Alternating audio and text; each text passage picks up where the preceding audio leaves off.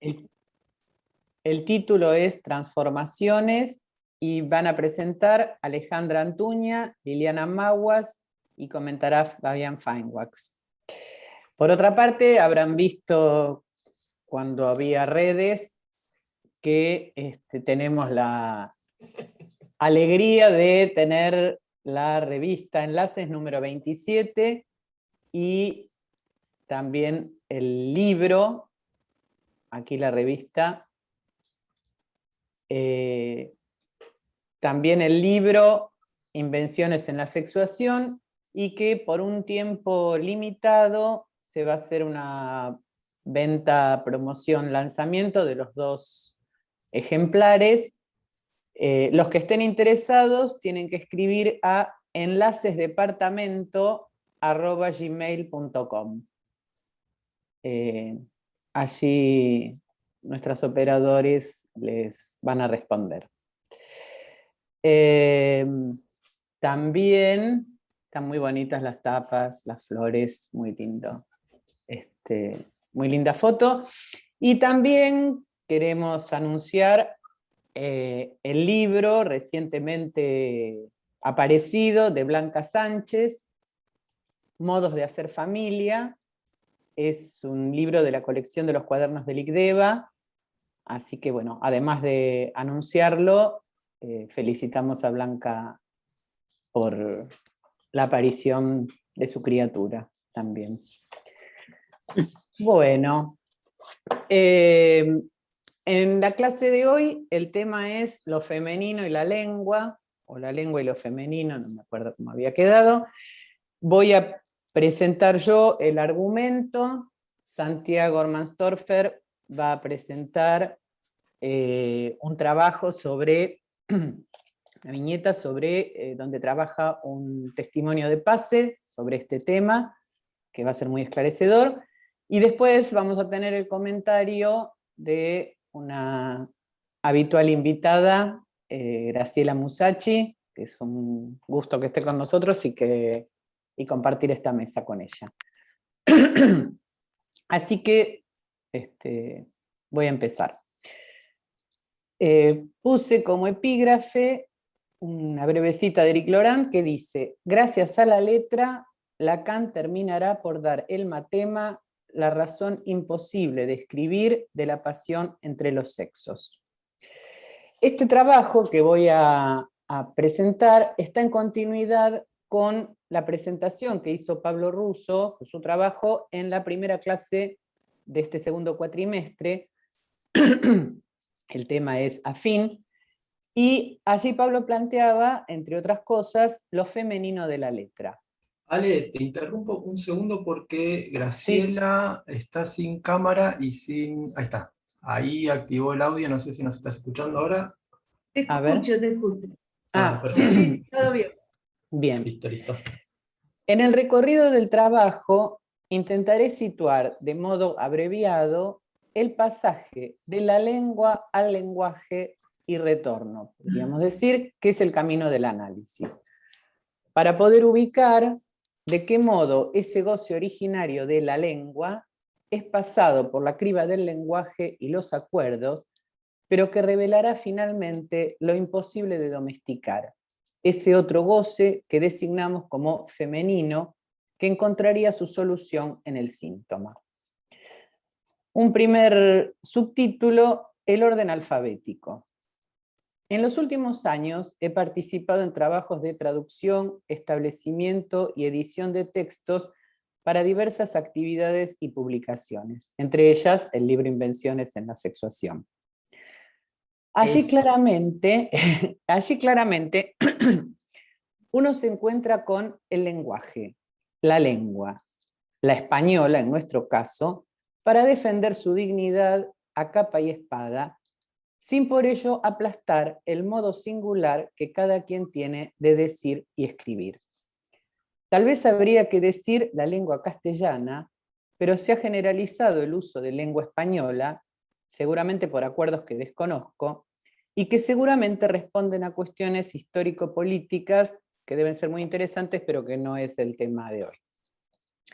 Se trata entonces del lenguaje establecido, y necesario por supuesto, que responde al acuerdo de la comunidad y al discurso amo de las convenciones. Es el otro regido por la lógica fálica, que también admite la existencia de matices, intentando ponernos a salvo de un castellano neutro, por ejemplo.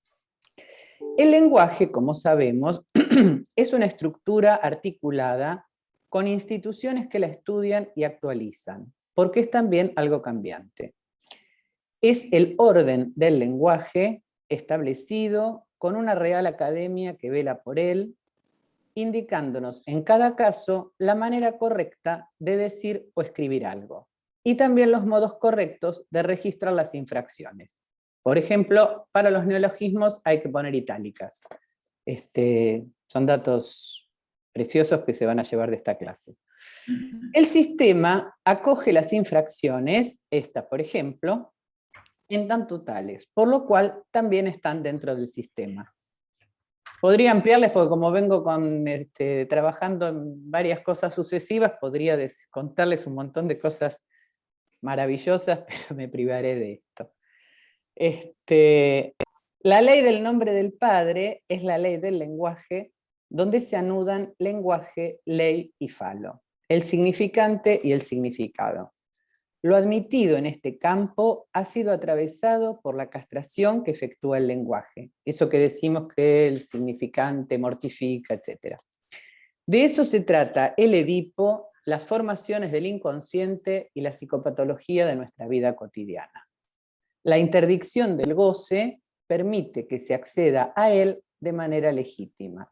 Se trata del goce edípico, el que dice Miller en El uno solo, en la clase del 2 de marzo de 2011, dice, este goce edípico que debe pasar por un no, debe ser prohibido en primer término para ser luego positivizado, permitido. Entonces hay prohibición y permiso después. Esta lengua es asunto de estudio y discusión, de reuniones y acuerdos.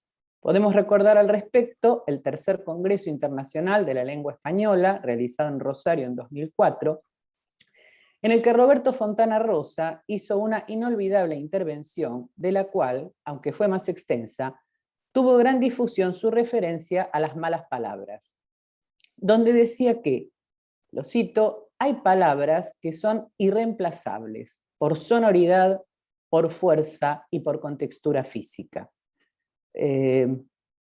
Podría decir que cada quien tiene sus palabras que tienen esta contextura física, ¿no? Y esta fuerza. Me interesa destacar estos atributos que reconoce, les recomiendo verlos si no lo han visto ya, cosa que dudo, pero no voy a contar nada porque conviene escucharlo, es maravilloso. Me interesa destacar los atributos que reconoce a algunas palabras porque me permite conjugarlo con lo que Lacan dice respecto de la interpretación, que haga resonar otra cosa que el sentido. Dice Lacan en el seminario 24, dice, no tienen alcance para la interpretación, sino en tanto que son capaces de hacer función de otra cosa, para lo cual se unen estrechamente el sonido y el sentido. Es de otra resonancia que se trata a fundar sobre el chiste, que no se sostiene sino por un equívoco. Se introduce entonces en el Congreso de la Lengua la infracción que hace presente otra dimensión, o varias, que muestra, tal como explica Lacan en el seminario 20, que la lengua sirve para el goce y no para la comunicación, la cual, la comunicación, en todo caso, si se aproxima a este goce de la lengua, es porque implica la réplica y el diálogo. Es el inconsciente hecho de la lengua de cada quien, que no es el inconsciente estructurado como un lenguaje. Son dos dimensiones en tanto comunicación y en tanto goce. Sobre esta aproximación del goce y la comunicación, hay una muy interesante referencia de Freud en su trabajo sobre el chiste, donde se refiere al placer del disparate, el cual en la vida seria, dice Freud, se oculta hasta desaparecer.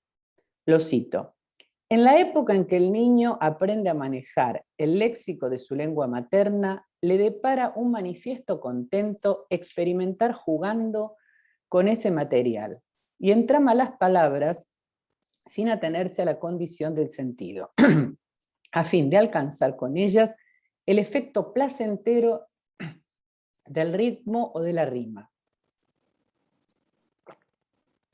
Ese contento le es prohibido poco a poco, hasta que al fin solo le restan como permitidas las conexiones provistas de sentido entre las palabras.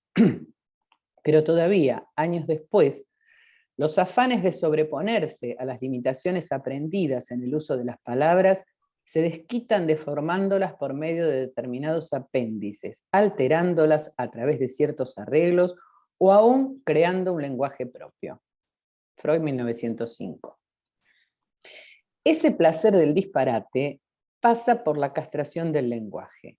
Este no es, por lo tanto, un dato primero respecto de la lengua. El lenguaje procura saber respecto de la función de la lengua. Está hecho de ella. Es un saber, una habilidad, un savoir-faire con la lengua. Les recomiendo, no es una referencia muy erudita, pero en YouTube hay una cosa medio graciosa, que son canciones en inglés subtituladas tal como las puede entender alguien que no sabe inglés. Aparece como canciones en inglés en doble sentido. Pese al título espantoso, me parece que es una referencia bastante al ras de lo que es escuchar un sonido que no se entiende y la extracción de ¿cómo decir? La traducción al lenguaje propio. Es muy divertido. Parte de ese contento, goce, del que habla Freud, pasará al régimen del lenguaje, pero no todo, pues queda por fuera un goce que no se negativiza. El otro goce o goce femenino que Lacan generaliza para transformarlo en el régimen del goce en tanto tal. Esto quiere decir, esto del régimen del goce en tanto tal, quiere decir el goce no edípico, fuera de la maquinaria del Edipo. Es el goce reducido a acontecimiento de cuerpo. Una referencia de Miller también en uno solo. Es el que escapa a la dialéctica interdicción-permisión. ¿Cómo se pasa entonces de la lengua al lenguaje? Lacan, el subtítulo que puse es del enjambre zumbante.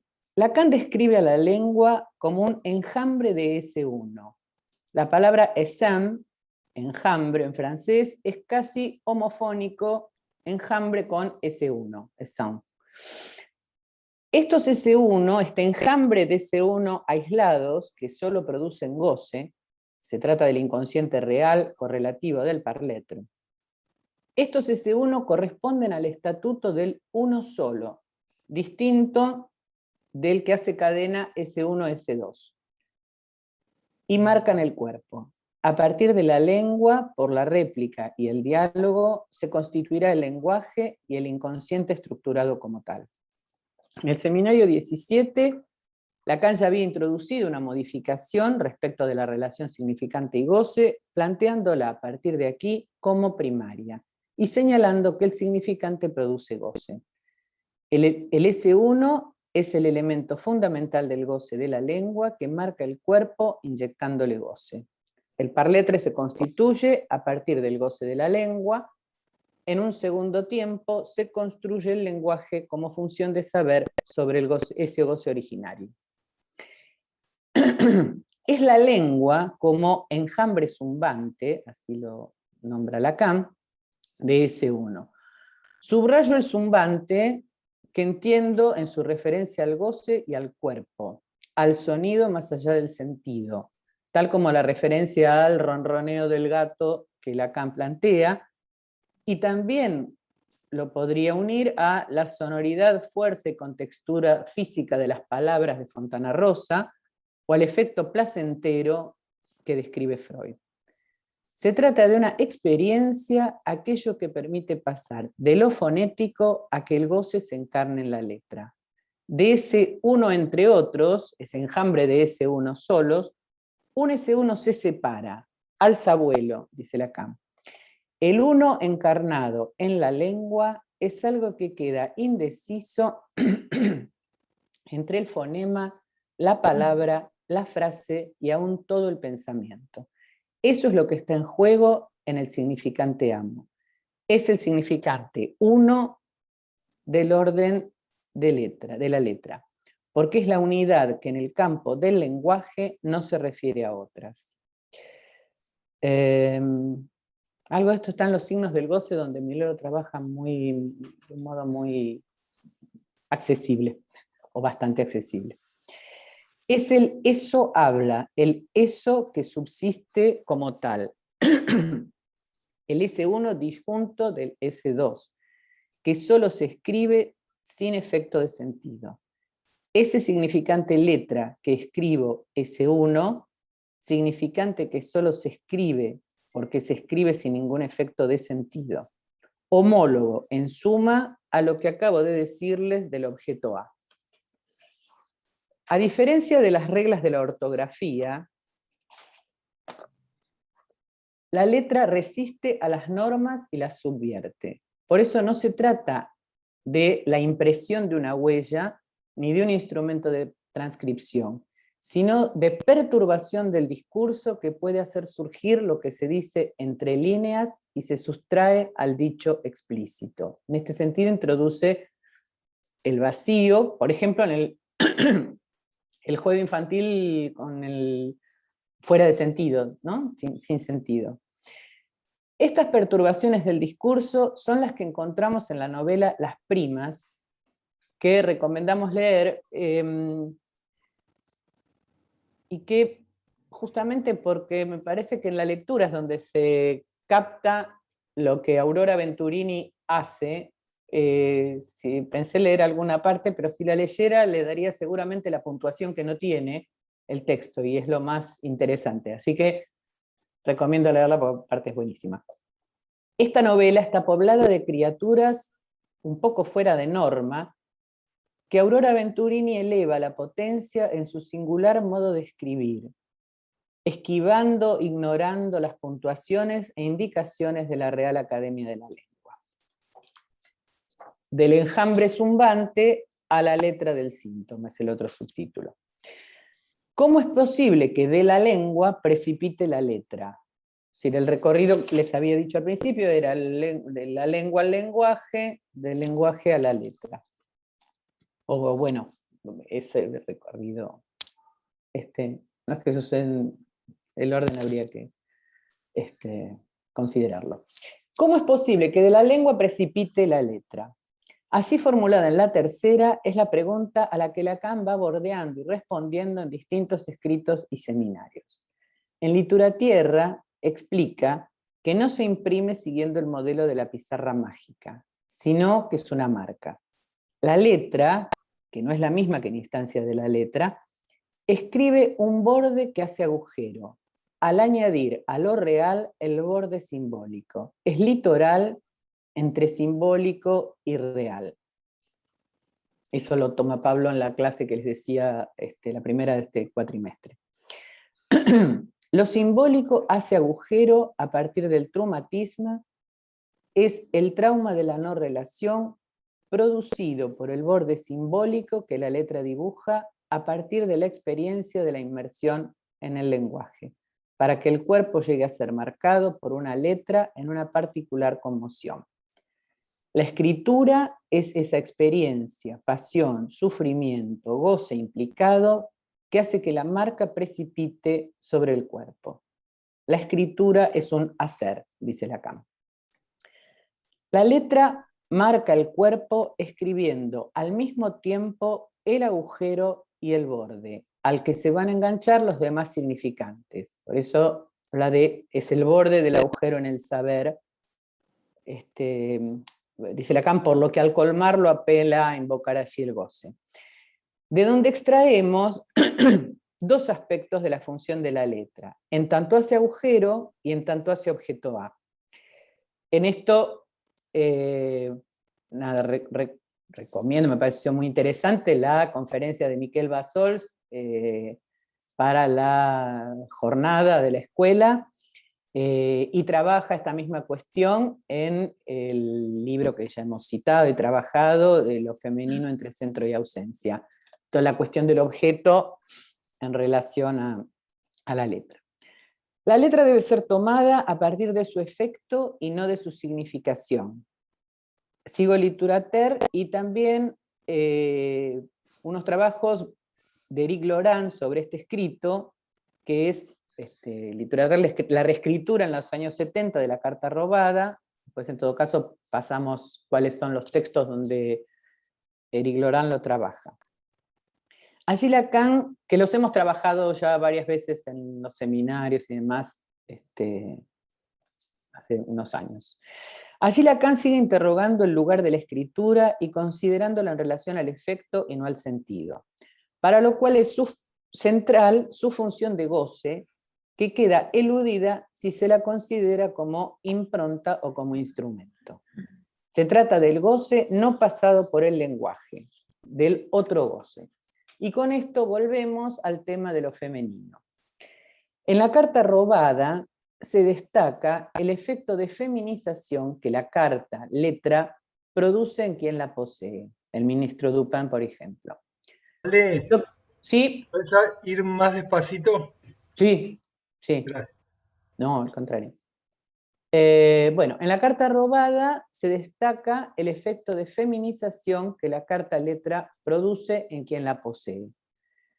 Ahora, esto no tiene nunca que ver con el contenido de la carta, que permanece enigmático hasta el final. Así, la feminización tiene que ver precisamente con ese enigma que se sostiene y que sostiene el lugar vacío de respuesta. No se sabe qué quiere la reina. Digamos, lo que aparece como un vacío está referido al goce de la reina, poniendo en escena la pregunta freudiana ¿qué quiere una mujer? Señalando que el lugar enigmático del goce queda como un lugar vacío en reserva. El lugar del goce surge, como siempre, como enigma, como agujero en el sentido y al mismo tiempo lugar para este goce. En ese sentido es el efecto de feminización, ¿no? Sostiene la cuestión, sostiene el enigma, ¿no? Y en ese sentido el enigma del goce que no se responde como el goce edípico, podríamos decir. El segundo apólogo que trabaja Lacan en Literature está referido a Siberia, al viaje de Lacan en su regreso de Japón y de la escritura y la letra japonesa. Siberia es una planicie desierta, solo reflejos y ríos, única huella sin indicación. Es más bien la marca de la no representación, la imagen misma de lo que no se puede imaginar, de lo que no tiene representación y solo tiene huella. Se inscribe entonces una pura huella que opera sin indicar y que es al mismo tiempo la marca de la ausencia y de la presencia del goce que está en juego. Retomaré la referencia que ya hemos citado varias veces: entre centro y ausencia, entre saber y goce hay litoral, que no es lo mismo que frontera, ya lo hemos trabajado, ¿no? Este litoral designa el borde que separa la letra A del saber S2, el lugar del goce y el efecto de sentido, los dos efectos de la letra que había mencionado. Así, la letra permite el apoyo para el saber, para la conexión con el otro, donde se engancharán los significantes, pero cuando el otro ya no está, es también allí que uno se aferra a su objeto. El oso de peluche, dice, por la homofonía con un en plus, el oso de peluche, el A. El A como depósito de libido fundamental que se añade al otro. Estaría la vertiente de la conexión con el otro del lenguaje como efecto y el efecto de objeto. La letra es lo que permite escribir el litoral con su efecto de agujero y objeto A. borde de la relación entre saber y goce. Por eso la letra es adecuada para decir lo íntimo. Esta letra, no lo voy a desarrollar, pero me interesa dejarlo situado, es la que se vincula a la función del síntoma. Lo que escribimos f de x, función síntoma x, x es la letra sobre la que se aplica la función del síntoma. Podemos decir que cualquiera de esos unos de la lengua puede escribirse como letra. En RCI, Lacan dice, lo que no cesa de no escribirse, salvajemente es escritura. Es decir, de modo contingente, y en este salvajemente, viendo la presencia del goce, ¿no?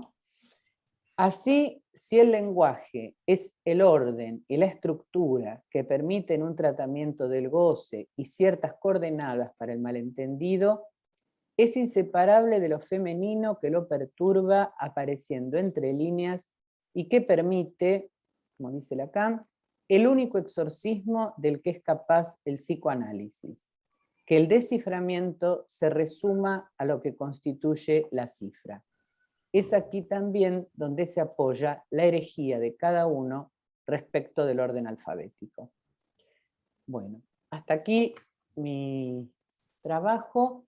Ahora escuchamos la presentación de Santiago Ormanstorfer. Bien. Bueno, primero que nada, gracias al Comité de Enseñanza por la invitación. Y yo sí voy a empezar leyendo un fragmento de las primas, que elegí como epílogo para el trabajo. Comienzo. Los puntos. Fatigan, pero dentro de la cabeza ponen ideas tantas que se atropellan y luego ya no sé qué era lo que tenía interés de aclarar, pero al ver a Petra me viene la idea y que resulta que debo preguntarle de seso oral, que no encuentro en el diccionario. Descanso. Cuando le interpelé a Petra acerca del término, ella largó una carcajada y me gritó: imbécil, con más de 18 años no sabés siquiera pronunciar, y con pose de maestra del sexto pronunció sexo oral. Este fragmento forma parte del capítulo titulado El enigma del seso oral, de la novela de las primas de Aurora Venturini.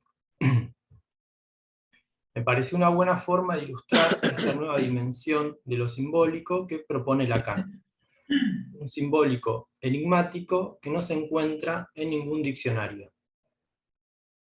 Lleno de ecos, de asonancias, de equívocos y aliteraciones, y que se produce en el cruce entre el cuerpo y las palabras, anterior a cualquier sentido. Lacan lo nombra como la lengua, uniendo el artículo al sustantivo, y lo propone como la materia significante sonora fundamental con la cual la estructura del lenguaje se produce luego como reducción o elucubración de saber. Quedan entonces situados dos tiempos lógicos.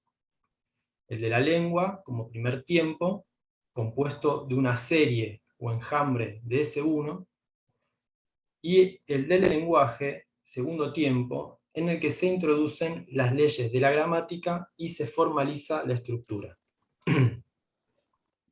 Estos dos tiempos lógicos suponen un momento intermedio en el que, a partir de la multiplicidad de los unos de la lengua, hay uno que se diferencia, se extrae de la serie y se escribe como letra.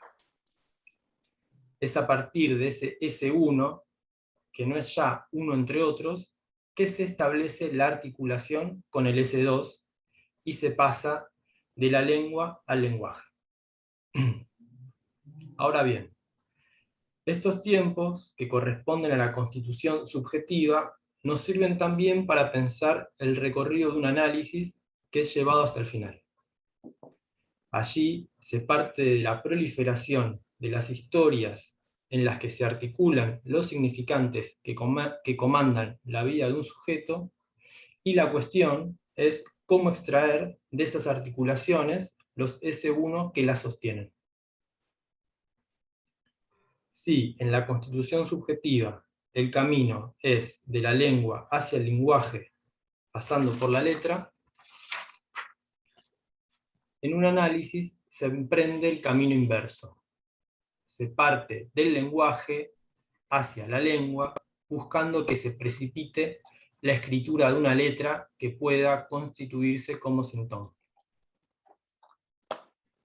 Sin embargo, si bien pueden pensarse como caminos inversos, podríamos preguntarnos si es el mismo camino que se produce en un sentido y en el contrario. Es decir, la letra que se escribe al final de un análisis, ¿es equivalente a la que se escribió en el pasaje de la lengua al lenguaje? Y por otro lado, ¿esa letra guarda alguna relación con lo femenino? Segundo término que se propone como título de esta mesa. Para abordar estas preguntas, tomaré algunos pasajes de los testimonios de Ana Lucía Lutherbach-Hall.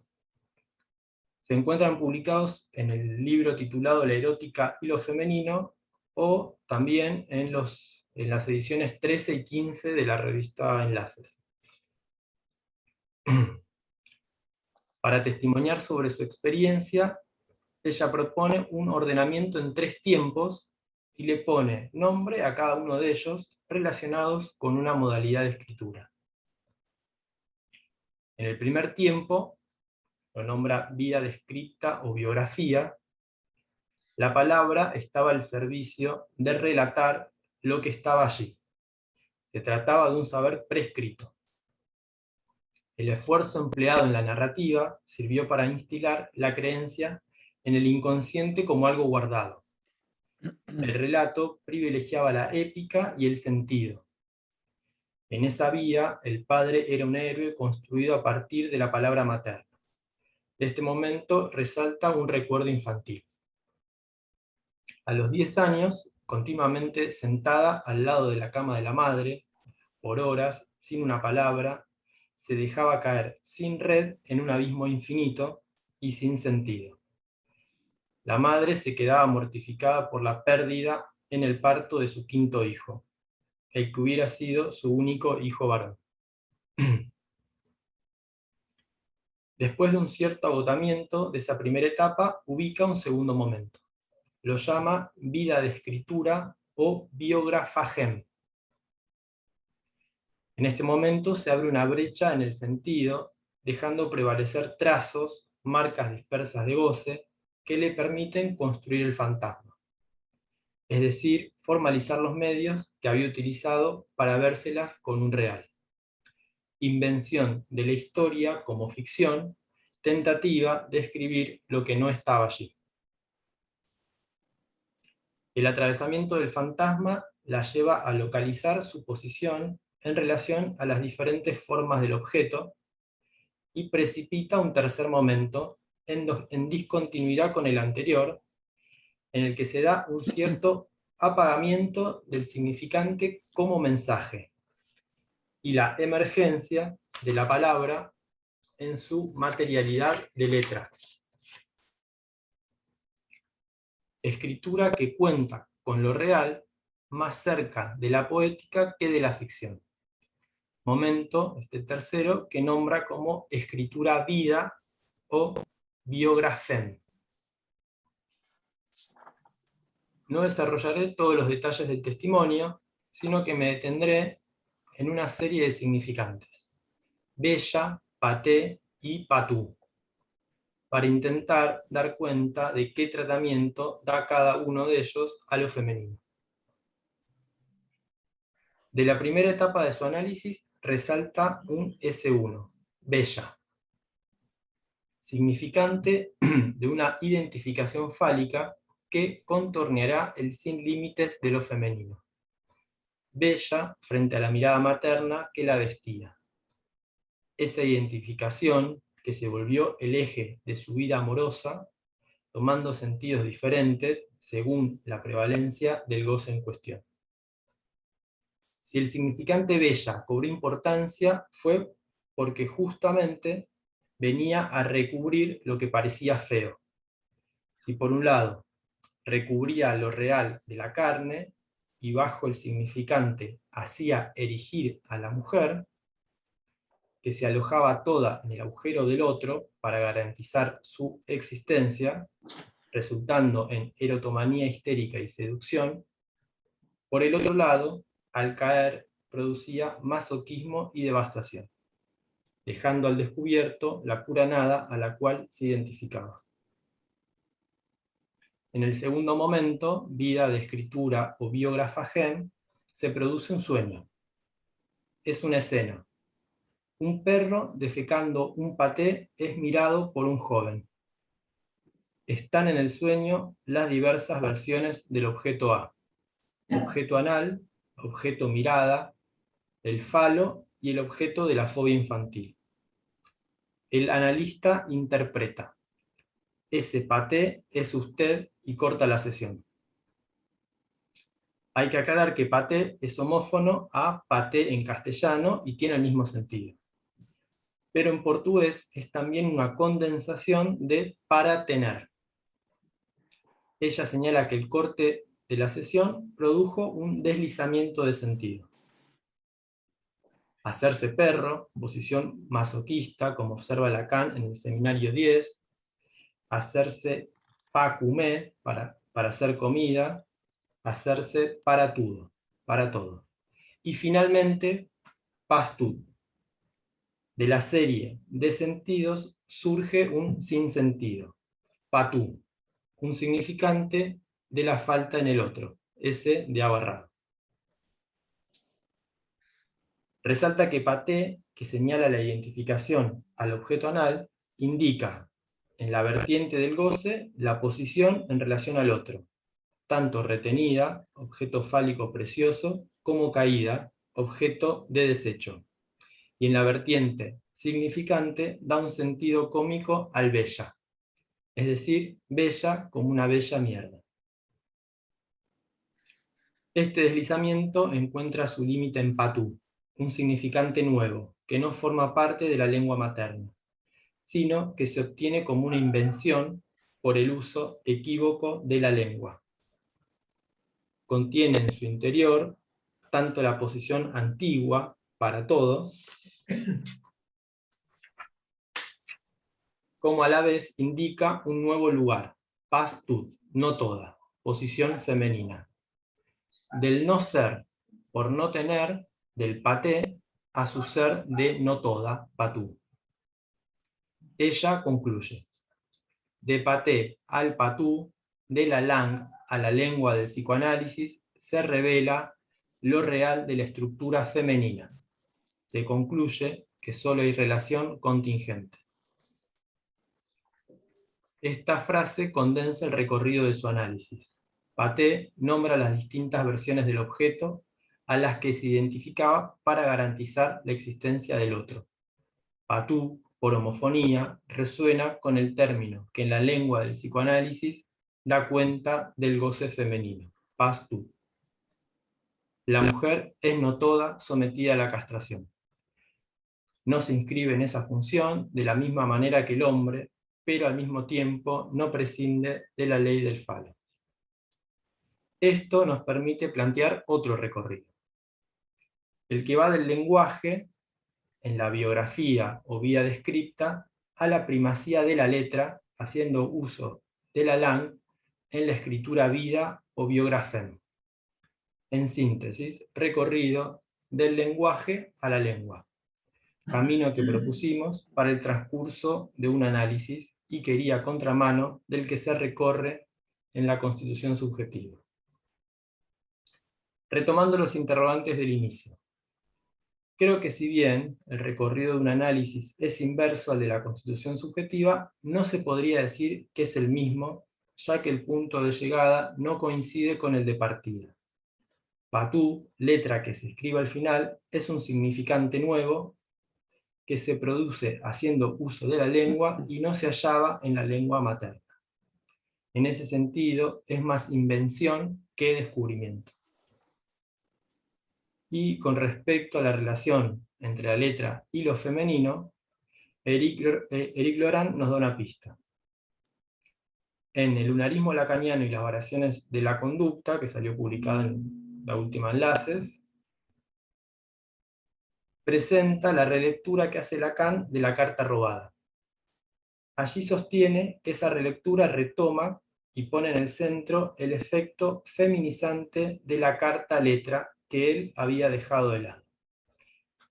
Esta se convierte ahora en una huella de lo que no se puede escribir, y es lo que permite retomar lo que en su texto de los años 50 había llamado el signo de la mujer.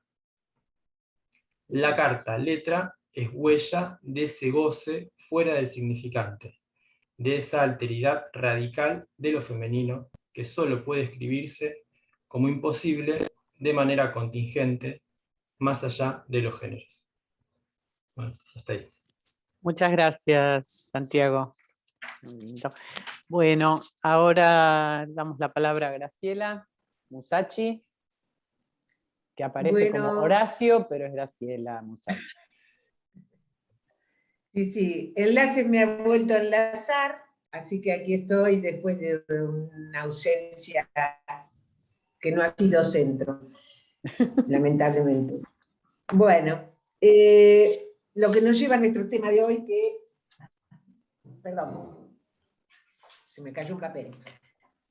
Nuestro tema de hoy, que es bastante complejo, como habrán podido escuchar todos, por eso me he puesto un título que es precisamente Perder la cuenta. Es una de las razones del título, ¿no? La complejidad de este tema. Pero a pesar de la complejidad, tengo la confianza siempre que escucho dos textos, tengo confianza en la estructura del discurso. Algo siempre se articula, específico, y creo que algo se articula entre los dos textos que hemos escuchado, sobre lo femenino y la lengua. Hay que partir primero, como sabemos, del cuerpo, para hablar de eso. Hace falta un cuerpo como superficie donde quedan las marcas de lo que lo ha hecho gozar. Ahora, cuando decimos superficie, no hay que pensar que se trata de la piel, ¿verdad? Superficie es algo que se produce por acción del lenguaje.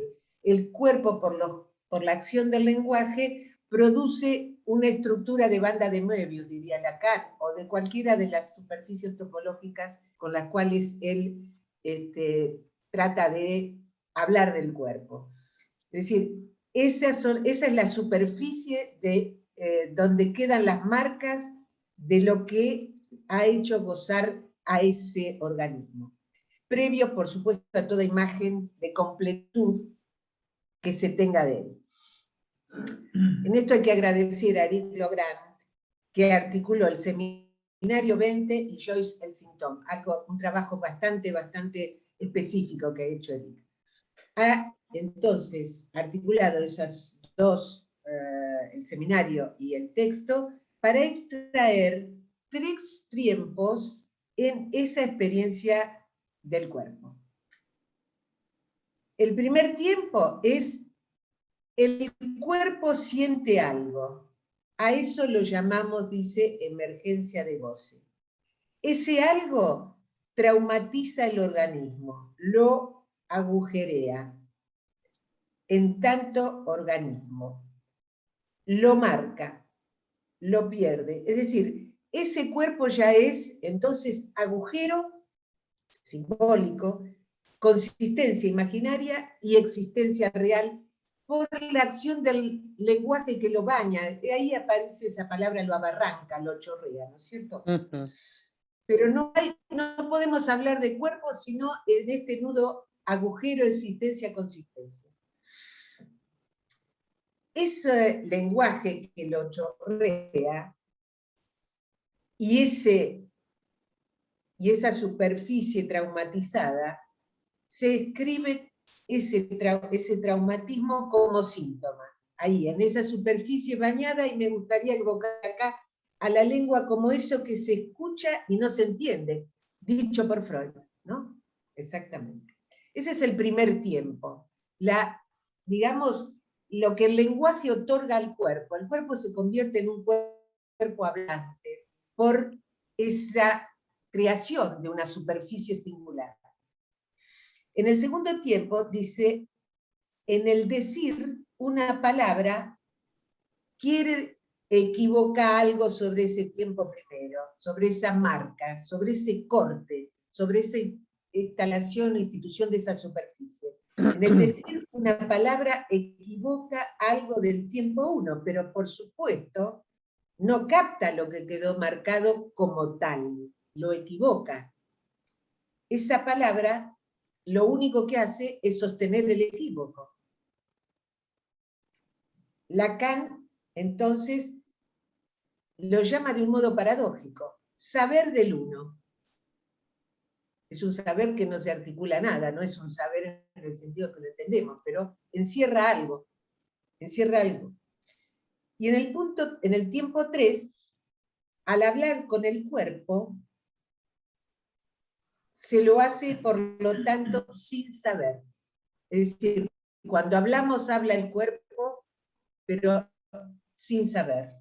Porque el saber, es decir, lo que se articula, viene después agregándose según los equívocos de la lengua.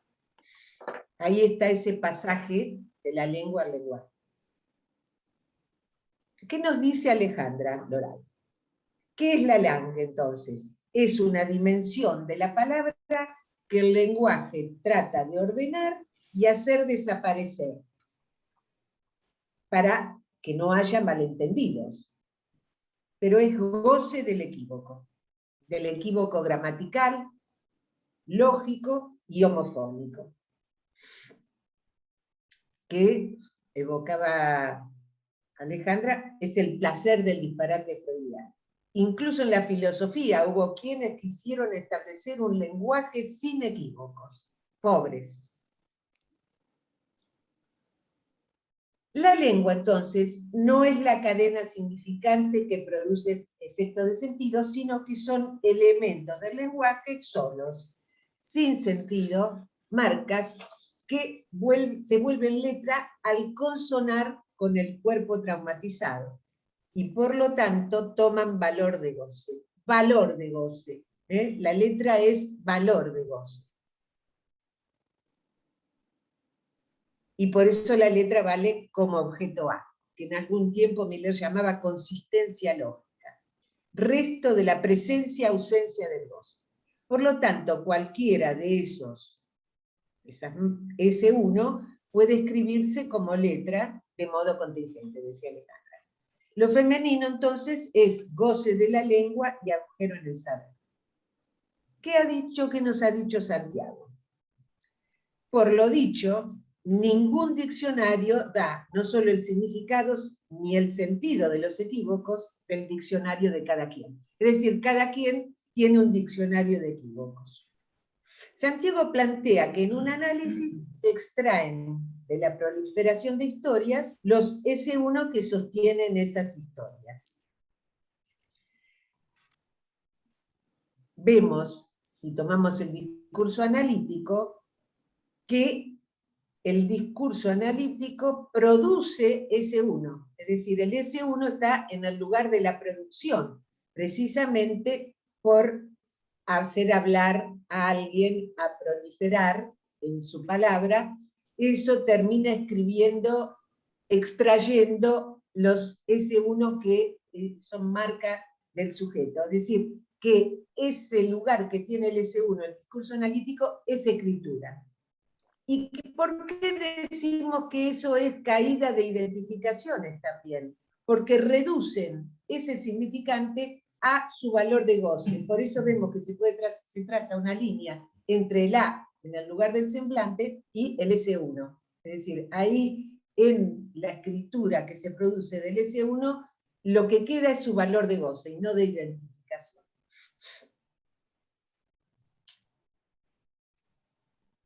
La pregunta es si la letra que se escribe al final es equivalente a la que se escribió como marca original. Su respuesta pareciera que es negativa, a partir del ejemplo del testimonio de Ana Lucia. Recuerdo los 3 tiempos que menciona.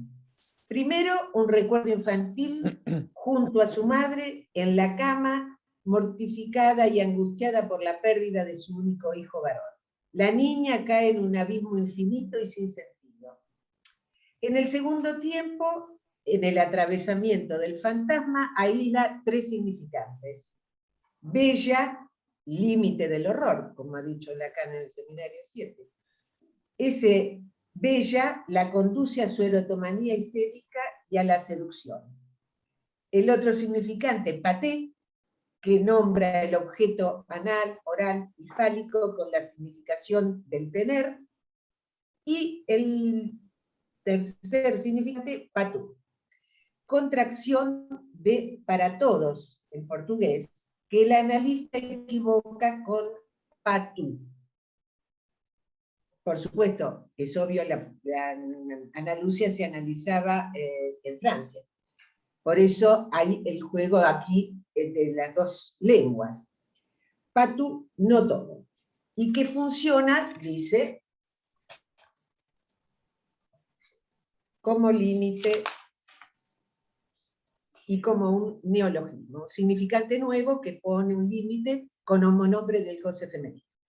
Patú, podríamos decir, es el significante del otro lado, del otro que no existe y de la falta en el otro. Pero no es el otro tachado, es decir, no es el agujero, es el borde del agujero que trata de establecer esa frontera, como decía Anita. Ahora bien, ¿qué se articulan los dos textos? Dado que los cuerpos están marcados por la sexuación, se pasa del primer texto, de lo femenino, a la feminidad de una mujer. Es decir, una que se ubica en posición femenina al final de su análisis, no histérica en relación al otro sexo, que es la cita con la que comenzó el texto de Alejandra. La letra es la pasión imposible entre los sexos. Es decir, que aquí hay una singularidad de traer, digamos, a la escena a una histérica que logra situarse en una posición femenina. La letra, la carta, el vuelo, dice Lacan en su seminario sobre la carta robada, la letra termina siendo como un inmenso cuerpo de mujer. Ese cómo es el que nos impide zanjar las cosas fácilmente del llamado otro goce, si existiera. Retorno entonces a Freud. Recordemos que ubica en las lógicas de la vida amorosa al adolescente en la imposible tarea de abandonar su objeto incestuoso, su madre. Lo hace recurriendo a la degradación que le permite el lenguaje. Madre, puta. No debemos dejarnos llevar por la palabra degradación al que apela el adolescente, ya que esa oposición define cómo puede el lugar de las damas. Madre es una mujer en su relación al falo. Niño igual falo. Puta es una mujer en su relación a una serie enumerable, pero no contable. Es decir, a un infinito particular, ya se lo refiera a la serie de los hombres, de dinero, del deseo o del goce que se le da. Y que aún teniendo valor fálico, no se reduce a él, precisamente por el hecho de ese infinito que está en juego. En el ejemplo de Santiago, de Ana Lucia, aparece bajo la forma de la erotomanía histérica y la seducción, síntoma de otra mujer, pleno de sentido. Y aparece fundamentalmente en el recuerdo infantil. Ella cae en un abismo infinito, es decir, cae dentro del agujero, en un abismo infinito y sin sentido, diría yo, contagiada de la angustia de su madre, por la pérdida de su referencia fálica, contable como uno, ese niño varón, el único entre tantas mujeres. La niña se capta como el agujero de la madre, siendo que ella creía ser todo para la madre, es decir, lo que cubría el agujero. En el tercer tiempo surge el patú. El patú trabaja con el portugués y el francés, por lo tanto. Pero si tomamos la letra en el anagrama de patú, vemos que contiene puta, que tiene el mismo significado, que se dice de la misma manera, y tiene el mismo significado en portugués y en castellano. ¿Qué quiero decir con esto? Que es el instante de ver del recuerdo infantil está en el momento de concluir, en la estructura opositiva del lenguaje. Es decir, que no es un problema, digamos, de si la letra es la misma o equivale a la primera, sino que aquí el problema es un problema de lectura. El analista o la misma analizante lee en patú, para todos, equivoca con el francés. Prefiere equivocar con el francés, vamos a decir, su lectura, y no leyendo el anagrama en portugués.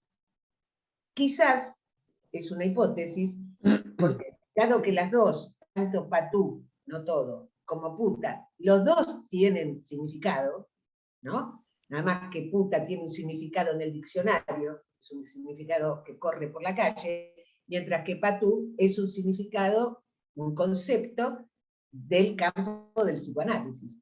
En ese sentido, elegir no todo sería, como dice Lacan, menos tonto para alguien que está en la capilla analítica. Habría que ver si esa persona, si ese analizante no está en la capilla analítica, si podríamos leer patú, si convendría leer patú. Entonces, yo diría que es un problema de lectura, un cambio cambia el lugar en el discurso, es decir, ese uno que antes estaba en el lugar del semblante, en el discurso, ahora se escribe, y a pesar de que tiene un significado, es menos tonto respecto de la estructura que está en juego. Es decir, ¿cuál es la estructura que está en juego? El hecho que estamos diciendo de que no hay sino goce de la lengua, todo junto. El instante de ver, por lo tanto, del recuerdo infantil está en el momento de concluir en la estructura opositiva del lenguaje. ¿Cómo nombrar el goce femenino si existiera? Porque no es para todas, por supuesto. Si existiera. Si no es con el significante fálico, que no lo dice todo. Si la hija no es todo para la madre ausencia, en ese recuerdo, tanto ella como su madre son patú, que se ha vuelto un significante nuevo por el acto analítico, porque ya estaban las letras del para todos, y en su resonancia. Ahora bien, tanto para Freud como para Jacques Lacan, la posición femenina está ligada en ambos sexos al amor. Erotomanía no histérica, que un análisis reconduce a su lugar. Amor por la lengua, como diría Jean-Claude Milner, para la cura del temor a la pérdida del amor. En todo caso, un análisis verifica si la erotomanía histérica, síntoma de síntoma, pasa a ser síntoma de otro cuerpo que el cuerpo de uno. No todo, pero es todo.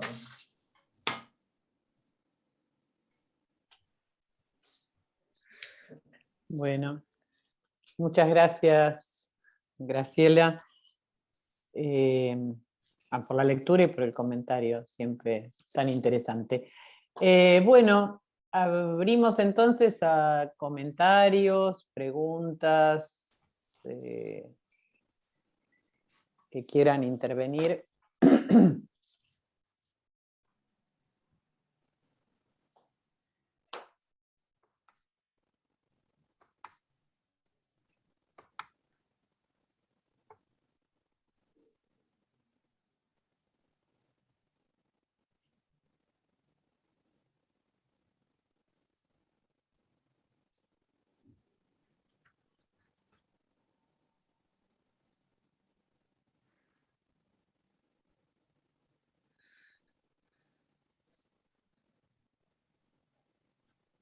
hemos llegado a lo indecible rápidamente. Sí, sí.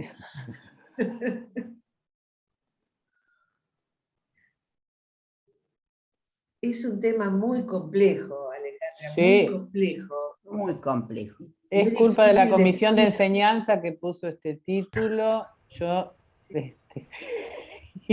A ver, Realmente, a ver, realmente han hecho un trabajo. A ver, Pablo. voy a ser valiente, voy a ser valiente. Eso, valentía ante fatal Es, destino. exacto, exacto. Como no, igual, aunque dijeron todo, no dijeron todo, entonces tenemos No, que no. intentar decir algo. A mí me gustó algo muy, muy sucinto que se puede pescar, creo que en el trabajo de Alejandra, entre las muchas cosas que dijeron, retomando eh, el intento de pensar qué sería eso de la lengua y por qué la letra tendría algo de femenino. Me gustó una frase que toma Alejandra, que es que la escritura hace que la marca precipite en el cuerpo. Me parece que ahí sí hay otra manera de decir, quizá con el análisis, algo que explicó muy bien Graciela con los 3 tiempos que establece Eric Lorán en el reverso de la biopolítica. Ujú. Entonces, eso que la marca pueda precipitar en el cuerpo vía una escritura, me parece que el comentario de Graciela le agrega no solo lo que ustedes proponían, ya esbozaban, que sería el camino de un análisis, es decir, la operación que permite hacer un análisis, sino que eso se produzca en la singularidad de una mujer. Es lo que toma el ejemplo de Santiago. Pero Graciela me parece que le agregaba esa singularidad, me parece que planteaba 2 cuestiones en relación a que que la marca precipite en el cuerpo de una manera quizá nueva respecto de la original que está perdida, le agregaba dos dimensiones que se unen, ¿no? Que están relacionadas, el amor y el síntoma. El que Graciela decía, no será sin la dimensión del amor, y eso podría permitir que ella se haga síntoma de otro cuerpo. Entonces, me parece que a la escritura no bastaría con la escritura, ¿no? Quizá, ¿no? Es una pregunta que tengo. Que podría estar en el atravesamiento del fantasma, la salida, en un momento ciertamente conclusivo de un análisis, pero habría que ligarlo, que podría volver a cierta erotomanía. Habría que ligarlo al amor y a hacerse síntoma de otro cuerpo. Esto es lo que leo del comentario de Graciela a los trabajos de ustedes como primera valentía para intentar decir algo. Gracias, Pablo.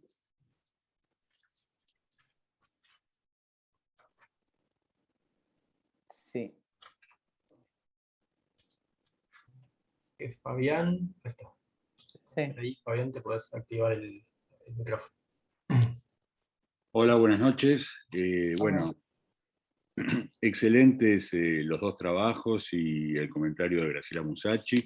Me parece que finalmente los 2 trabajos y la lectura que hacía Graciela permiten aclarar un poco esta cuestión que los 2 trabajos, el de Santiago y el de Alejandra, introducían de la relación entre la lengua y el lenguaje. Porque me parece que hay cierta ambigüedad, digamos, ¿no? Es decir, que cómo se pasa, se preguntaba Santiago, de la lengua al lenguaje, ¿no?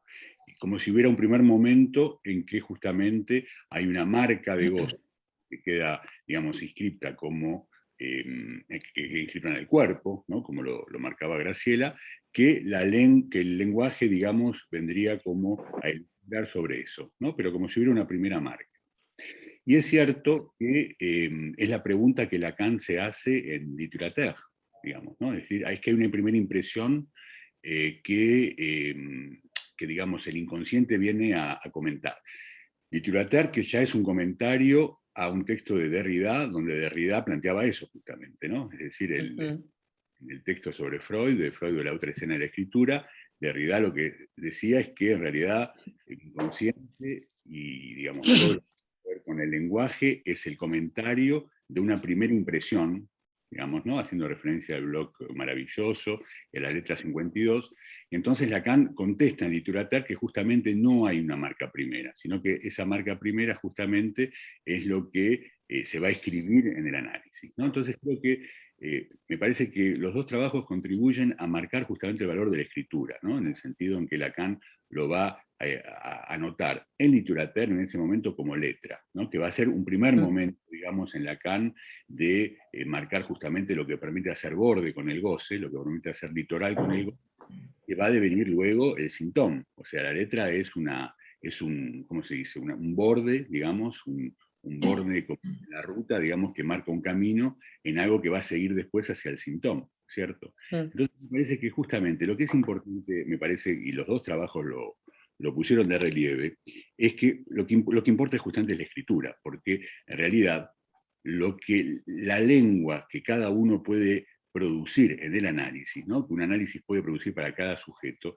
en realidad no existe más que en el momento en que se escribe. Y creo que en ese sentido la referencia a la poesía es fundamental, porque justamente la poesía es la lengua del poeta, es decir, es la relación en que el poeta tiene con el lenguaje y permite cernir de la manera más estrecha posible justamente los efectos de sentido que el poeta busca hacer.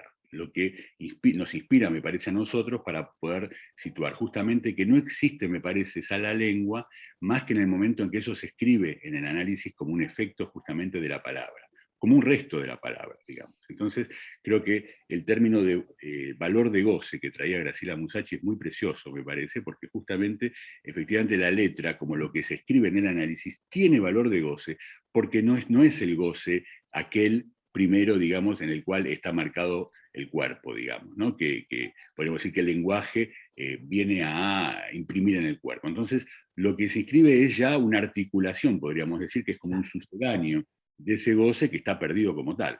Entonces, pero lo importante es que justamente la letra surge en el momento en que justamente el sujeto puede rescatar un elemento que a la manera efectivamente de un S1, y creo que era muy interesante esa referencia al significante amo como producción del análisis, ¿no? Que traía Graciela Musacci, efectivamente hace pasar al S1 del lugar de la gente en el discurso del inconsciente, ¿no? Que es S1, S2, al lugar de la producción. Y en ese punto, pensaba también, es interesante, pero quería aportar esto como elemento para que discutamos, ese pasaje, porque Graciela, vos decías, bueno, lo que produce ese S1 como escritura es la caída de las identificaciones, ¿no? Es decir, no es un S1 que, más bien es un S1 que escribe el valor de goce y no el de una identificación. Y Miller ahí es donde, quizás para complicarnos un poco las cosas, trae este término complicado de identidad sintomal, ¿no? Identidad sintomal. Sí. Es decir, cuando Lacan se pregunta en el seminario 24 a qué puede uno identificarse al final de un análisis, uno se identifica el síntoma, y Miller traduce eso como una identidad sintomal. Entonces, ese término de identidad que nosotros, digamos, habíamos dicho muchas veces, ¿no? Diciendo que el psicoanálisis no se interesa en la identidad, sino en las identificaciones, justamente, y que es un término tan de moda hoy, ¿no? Con los discursos sobre género, por ejemplo, y la política de las identidades, justamente vuelve a introducir la cuestión de una identidad, pero que no tiene que ver justamente con un S1, entonces me parece muy valiosa esta aclaración que traía Graciela, sino más bien justamente con una identidad que tiene que ver con la escritura misma del síntoma, es decir, cómo el síntoma con cuarto nudo permite anudar efectivamente lo que viene a dar consistencia al cuerpo en lo imaginario, lo real justamente del goce y lo que viene a agujerear ese goce como simbólico, ¿no? Y ese elemento que permite anudar a los tres, que es el síntoma. Entonces, desde ese punto creo que la referencia a la escritura es fundamental porque me parece que permite salir un poco de esta ambigüedad que puede quedar un poco entre, hay una primera la lengua, y luego el lenguaje que vendría a lucubrar sobre esa lengua, que es la marca de voz en el cuerpo, que se trataría de reencontrar como si se reencontrara lo originario, lo puro de ese goce, claro. te queda perdido como tal, y que no puede más que escribirse como un efecto en el análisis con esa, digamos, ese sentido de valor de goce que permite de alguna manera la letra, ¿no, Cerny? Bueno, gracias, Fabián. María de los Ángeles Morana, había levantado la mano. Hola, ¿se escucha? Gracias, Alejandra. Sí, ¿Sí? Bueno, sí, sí. bueno, primero que todo, muchas gracias por los trabajos. A todos, a ti, a Santiago, a Graciela, a Pablo y a Fabián, que para mí ha hecho una síntesis que me ayuda bastante a seguir vuestros trabajos. Voy a ser muy pedigüeña de entrada, y para las próximas veces os pido que vais un poco más despacio, digamos, para los Bueno. que no estamos tan así duchos en el asunto. La pregunta es para ti, Alejandra. Hablaste en la articulación que tú haces del enigma, del goce, enigma que no se acota por el sentido, y para mí, a ver, surge ahí una cuestión. ¿Por qué hablamos de enigma y no de misterio? Es eso. Gracias, mil. Gracias a todos. En alguno de los textos está tomado como enigma. Tal vez uno podría hacer una diferencia. Hay hay un texto de Ricardo Piglia donde hace una diferencia entre enigma, misterio y me falta una que creo que es secreto, enigma y misterio, ¿no? Y ahí uno podría decir, tal vez sería más propio en esta secuencia hablar de misterio, en el sentido, pero porque el enigma se podría develar, el secreto es algo que algunos saben y otros no. El enigma lo es hasta que puede develarse, el misterio quedaría como aquello que no tiene ninguna, donde no hay una última explicación. A lo mejor sería, digamos, hay algo del enigma de la feminidad y demás que es un modo, sin ser muy precisos en la diferenciación de estos términos, aparece a veces usado indistintamente. Enigma, misterio, secreto incluso también, ¿no? Parece, no sé, cuando Lacan dice la tumba de Moisés está vacía, Hegel y demás, me parece que no está situado como la diferencia rigurosa de estas tres cuestiones, más bien situándolo como algo que siempre plantea una pregunta, me parece, como si siempre dejara, es un enigma que nunca se responde, que siempre permanece enigmático. Así lo entiendo por ese lado. Mónica Torres. Sí, bueno, yo agradezco a María de los Ángeles que me haya permitido a mí, que siempre tengo el problema con que las cosas sean claras en lo posible para todo el público, cosa que es imposible por otra parte, pero bueno, no importa. Fue muy difícil, sí, la clase de hoy, son conceptos muy fundamentales y muy difíciles, y por eso hubo un primer silencio inicial. Entonces a mí me parece que hay algo en el hecho de tomar un testimonio que permite aclarar un poco, ¿no? Porque se relata un testimonio de un parletre, de una mujer en este caso, y ahí esto que parece todo tan como abstracto, de repente cobra, ¿no?, no diré, sí, un cierto sentido, por así decirlo. Entonces yo voy a tomar algo que dijo Graciela Musacci, que me parece que aclara mucho la cuestión, ¿no?, de cómo esto, de todo este camino, ¿no? Porque uno podría decir que no es cronológico, estoy de acuerdo por supuesto con Fabián, me parece que lo han dicho todos de alguna manera, no es que está primero la marca de goce, primero es un tiempo lógico, no es un tiempo cronológico, ¿no? Pero Graciela Musacci, tomando el ejemplo de Ana Lucia, que trae Santiago, dice que habla de un pasaje, ¿no?, que muestra la lectura que el analista, seguramente con el analizante, han hecho de ese patú, y que por qué eligieron, por ejemplo, el patú, el no todo, y no, por ejemplo, el puta, que sería un anagrama posible. Y ella dice, ¿de qué la cura Ana Lucia esta cuestión, ¿no?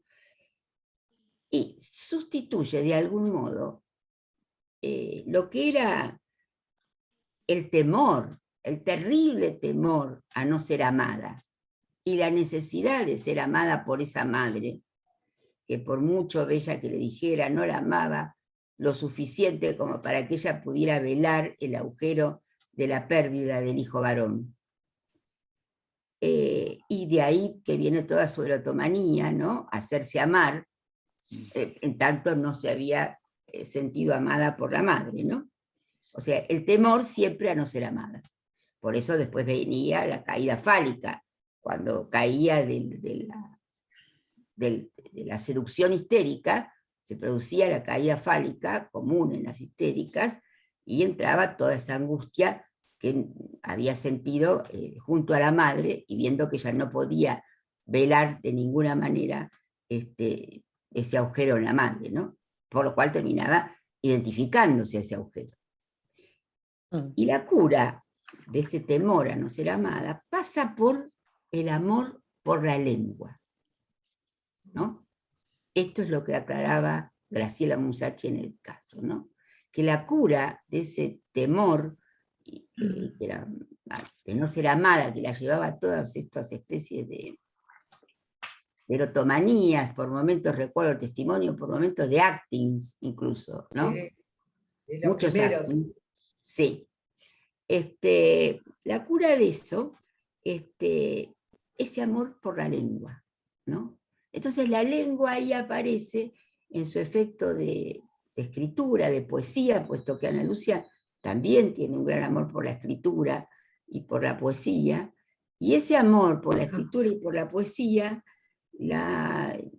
se transforma en un amor por la lengua que la salva de ese temor a no ser amada, y que la lleva, uno podría decir, de la posición histérica a la femenina, porque ese es el testimonio que en efecto ha elegido Santiago, porque muestra ese recorrido, ¿no? Y yo quería aclarar esto porque es menos abstracto que muchas de las cosas que se dijeron, y me parece que,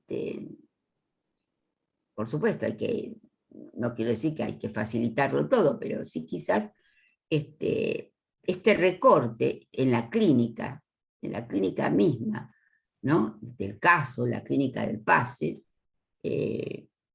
permite aclarar, bueno, es también dejar de ser, lo dijo muy claro Graciela, dejar de ser síntoma de otro síntoma, que es lo que Lacan dice en el seminario, no en el seminario, en la clase Joyce el síntoma, en el escrito Joyce el síntoma, cuando dice que si una mujer no puede ser el síntoma de otro cuerpo, resta seguir siendo, digamos, síntoma de otro síntoma, que es lo que hace la histérica, ser todo el tiempo síntoma de otro síntoma, como Dora con la tos del padre, por así decirlo, ¿no? Ella era síntoma de la madre.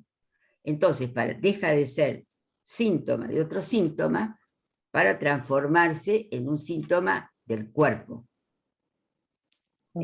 Eso me parece que también aclara muy bien ese pasaje de la histeria a la feminidad. Me parece que era más una aclaración, ¿no?, de lo que estaba dicho en los 3 trabajos, pero que me pareció necesario aclarar un poco,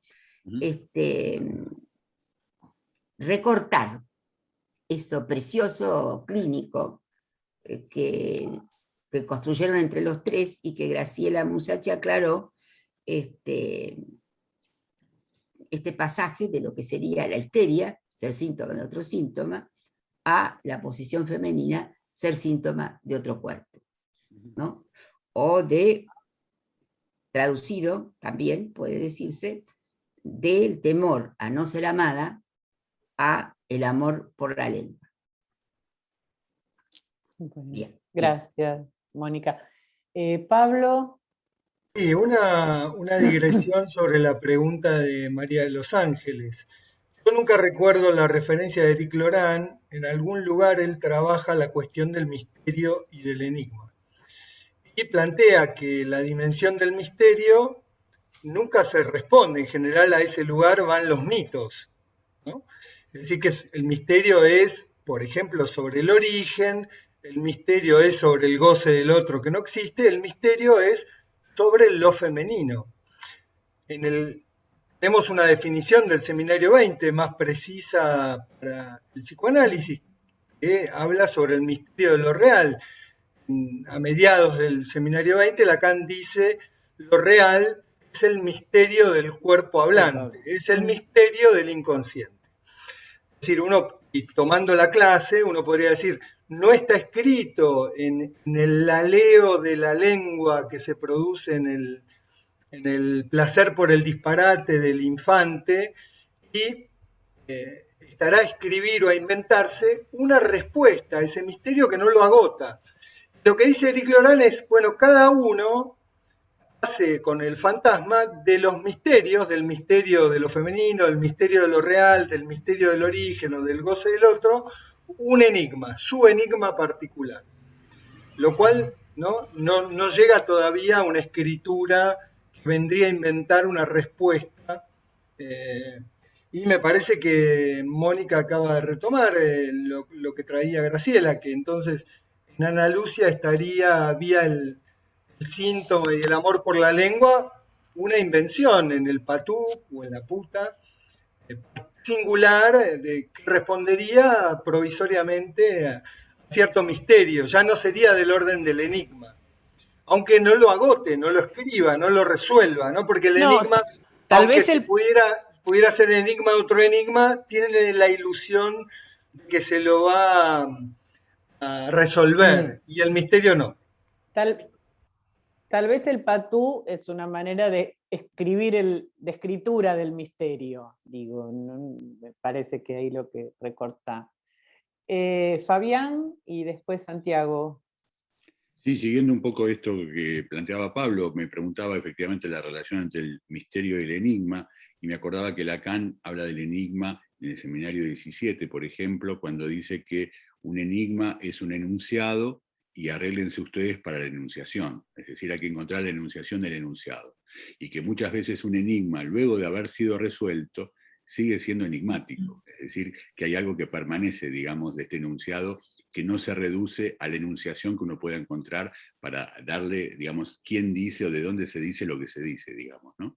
Y me parece que efectivamente la cuestión del goce, porque me preguntaba, bueno, el goce, ¿no? Una vez que se escribe en el análisis, no agota justamente lo misterioso del goce, o sea, creo que más bien se pone al lado del misterio y no del enigma, es decir, que hay este resto opaco de goce que una vez incluso en el pase y habiendo hecho, digamos, los testimonios que uno hace durante estos 3 años, permanece algo del misterio justamente del cuerpo hablante, es decir, ¿cuál fue? ¿Por qué esa marca de goce? ¿Por qué hubo esa marca de goce que permitió justamente que ese cuerpo hablara durante tanto tiempo intentando descifrar ese golpe, esa marca que el goce imprime en el cuerpo y que no termina de ser descifrado incluso en la escritura del testimonio en el pase, digamos, ¿no? Y creo que el ejemplo que traía Santiago me parece muy apropiado, digamos, ¿no? Para mostrar justamente cómo ella escribe con el patú, digamos, un borde, algo que hace ahí letra, digamos,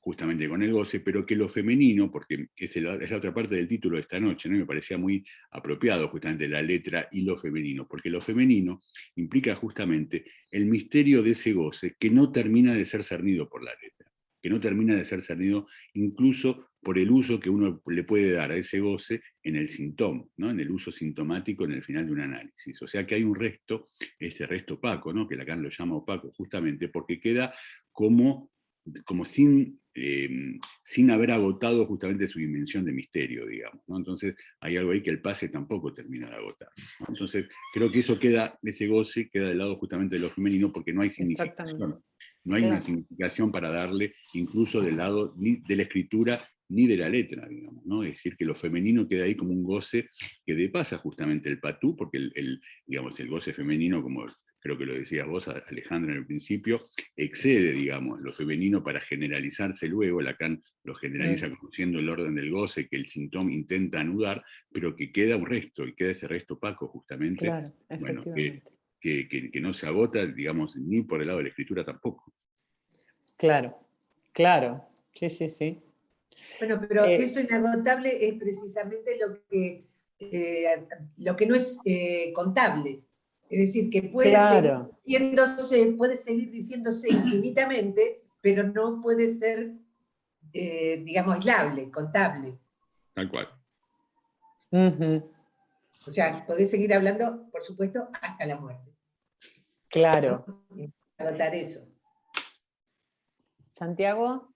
Sí, breve, primero agradecer también porque las distintas respuestas, ¿no?, a la pregunta, ¿no?, porque estaban bien establecidos estos dos tiempos lógicos, y a mí sí lo que se me armaba como pregunta es que si el análisis desandaba este tiempo lógico, ¿no? Que por ahí es una pregunta que la falla que tiene, que esquematiza quizás demasiado, ¿no? Pero lo que a mí me permitía pensar, y en esto, que no es ni es el mismo ni es distinto, sino que es una cuestión de un problema de lectura, como decía Graciela, pero lo que me permitía entender la diferencia en estos tiempos que establece Ana Lucia también, ¿no? Porque si fuese el mismo, sosteniendo que la pregunta tenga alguna validez, si fuese el mismo, bastaría con que sea una vida descripta, ¿no? Que viene a escribir lo que ya estaba ahí.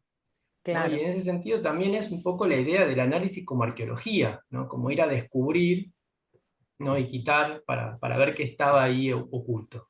Claro. En cambio ella propone este otro tiempo, que es una escritura distinta, ¿no?, donde ya no importa tanto lo que estaba ahí, y es verdad que se escribe con lo que había de diferente, ¿no?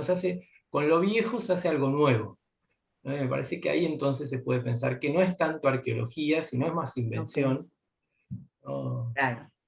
Podríamos decir, no sé si estás de acuerdo, Santiago, pero quizás la psicoterapia busca eso, busca justamente, cuando Lacan dice que la psicoterapia busca restablecer el estado de origen de un sujeto, ¿no? Llevarlo al estado original, ¿no? La psicoterapia busca eso justamente, busca una escritura sin resto, digamos, de ese goce. Tiene la ilusión de que eso podría escribirse completamente, ¿no? Cuando en realidad, como lo acabas de decir vos, justamente en el análisis se trata de una escritura que como valor de goce intenta cernir algo de ese goce, pero que deja el resto opaco del goce mismo. No sé qué te parece. Sí.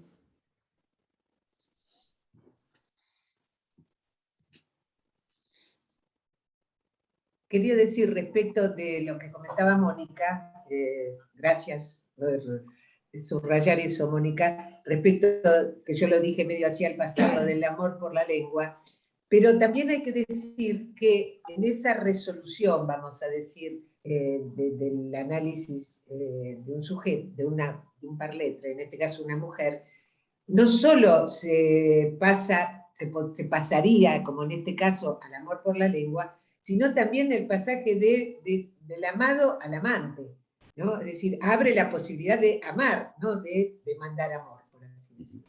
Claro.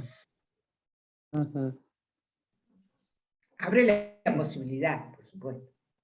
Y por lo tanto, situarse en ese lugar de ser síntoma de otro cuerpo, porque hay que soportarlo. Cuando se soporta, supongo, por amor. Claro.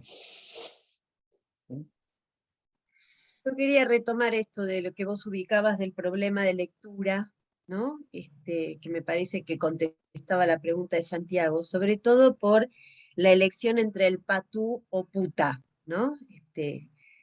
Y que lo que vos decías es que, bueno, se eligió el menos tonto. También yo me preguntaba si elegir el puta no reconduciría de vuelta más a la erotomanía histérica que a la posibilidad de un amor a la lengua. No lo sabemos, Sí, no lo no sabemos. lo sabemos. Bueno, pero ahí, digamos, por lo que yo me preguntaba respecto a ese problema de lectura, que incluso cuando vos hablabas, dijiste del analista, bueno, del analizante, es verdad que es en un entre dos, ¿no? El analista no le equivocó con el puta, no fue para ese anagrama, eso es cierto también, ¿no? Me parece que Pero yo creo el que patu, si usaras el puta, por ejemplo, podrías hacer una operación de vaciado de sentido de puta, de tanto, como el juego infantil, de tanto repetir la palabra, Claro. perdería el sentido podría ser y también. cumpliría su función de límite, digamos, ¿no? Bueno, la Hay que contingencia verlo por quiso cada que caso. esa lectura fuese para el lado del patú, quizás, ¿no? Bueno, Elegir el menos tonto. por el francés que estaba en juego, en castellano no lo podrías hacer. No. No lo podrías interpretar para todos, habría que ver, ¿no? Pero ahí el francés le permitió más fácilmente hacer el equívoco.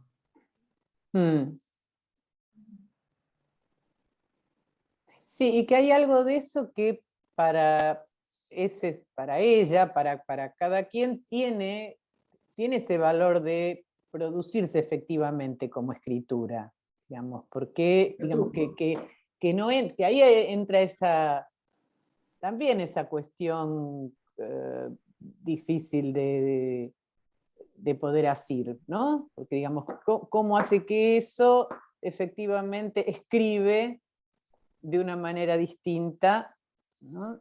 A mí me parece. Tocó el cuerpo de algún modo. Efectivamente. Consonó en el cuerpo, consonó. Efectivamente, claro. Claro. Me parece que hay algo ahí que es como crucial y muy difícil ¿no? de poder decir por qué. Tiene ese efecto y produce algo diferente, ¿no? en el análisis. Me parecía también muy interesante lo que planteaba Santiago, cuando ponías al lenguaje del lado de la biografía y la letra del lado de la lengua. Me parece muy interesante esa partición, porque en muchos testimonios de pase, en fin, en testimonios de pasantes más bien, que se presentan a la comisión, la dimensión de la biografía está muy marcada justamente, en detrimento de la gramática pulsional, ¿no? Entonces hay como una superabundancia de elementos biográficos que no permiten justamente saber hasta qué punto un sujeto está advertido de su propio goce, podríamos decir, que es lo que permite muchas veces a la comisión del pase nombrar a alguien, digamos, ¿no? Entonces, me parece muy interesante esa partición que hacías entre lo biográfico, justamente como lo que viene como a cubrir, a velar, digamos, lo pulsional, que es más bien lo que se escribe, lo que un analizante pudo escribir en su análisis, donde se desprende más bien de todos esos elementos biográficos que a veces son como demasiados, digamos, ¿no? en testimonios de pasantes y que efectivamente ponen a la comisión en la dificultad de nombrarlo, ¿no? Me pareció muy interesante esa diferencia. Pues yo sobre eso quisiera hacer una aclaración, Fabián. A veces hay demasiados y a veces hay demasiado pocos. De modo tal que hay pases donde prácticamente no se entiende bien de qué se habla. Tal cual. Hemos escuchado justamente el sábado un pase a una E, el primer testimonio de una E, y a mí me pareció que la claridad con la que expresaba también la novela familiar era importante, estando presente todo lo demás, pero estaba la claridad, no era necesario evitarla tanto, ¿no? Es decir, que eso tiene dos caras, sí, me parece lo que decías, Fabián. Vos tomaste una, yo por ende estoy un poco remarcando la otra, ¿no? Porque a veces desaparece tanto que a veces uno escucha testimonios donde se queda un poco perdido, ¿no? Perdido en los significantes de Lacan, en la jerga, diría. No, claro. Entonces, me Pero- parece que hay una especie de No, pero en ese caso, Pero hay podríamos una especie de banda de Moebius. podríamos agregar, Mónica, que quizás una versión reducida de los significantes de la historia, la novela, que se construyeron en el análisis, porque tampoco es la narración de la Por vida, supuesto, no es la historia, nunca es la biografía. Es la deberían novela, no es la biografía. deberían estar mínimamente para que se pueda atrapar algo de por qué algunos S1 han tocado el cuerpo. Es decir, si no, a veces cuando falta mucho esa trama que se fue construyendo en el análisis, no se entiende muy bien por qué algunos significantes tocaron el cuerpo y no otros, ¿no? Me parece que son como el tejido, me parece que deberían tener esa función o ese valor, pero a mí me parece que en los trabajos de Alejandra y Santiago, y algo comentó Graciela vía la singularización que presentaría el caso de una mujer, que además testimonia de su fin de análisis, me parece que ellos agregan que si con la estofa de la lengua se escribe algo, una letra, que vendría a inventar algo sobre el misterio, etc., además esa escritura daría una respuesta sobre lo femenino. Digo, más allá de que el caso sea una mujer o no. Por ¿no? supuesto. Es decir, que debería ser algo que cifrar algo sobre la pasión de los sexos, como decía Alejandra en su epígrafe, sobre el misterio de lo femenino, sobre la no relación, me parece, ¿no? Como hay algo más allá del género, más allá del falo, que debería incluir esa escritura. Sí, a mí me gustaría también remarcar lo último que dijo Graciela Musacci, que aclarando un poco la aclaración que yo de algún modo le estaba pidiendo, ¿no? Dio otro paso más y dijo que también este pasaje, ¿no? Hacer el síntoma de otro cuerpo, estaba vinculado a salir del amado al amante, porque bajo la apariencia de que le importara mucho el amor, lo que verdaderamente le importaba más es ser amada que amar. Amar no podía, ¿no? Y es un poco lo que Lacan trabaja en el seminario de la transferencia, ese pasaje del amado al amante, y por eso habla de Sócrates el histérico, en tanto la dificultad de Sócrates para estar en el lugar del amado, ¿no? Que es lo que viene a denunciar Alcibíades. Entonces me pareció que esto del amado al amante también me parece que aclara mucho la posición de que en realidad bajo querer ser amada no estaba el amor de ella hacia el otro, sino el pedido de amor, de ser amada por el otro, que es muy distinto, ¿no? Muy, muy distinto, y que solo en esa frase, ¿no? Del amado al amante, está aclarado qué quiere decir ser síntoma de otro cuerpo.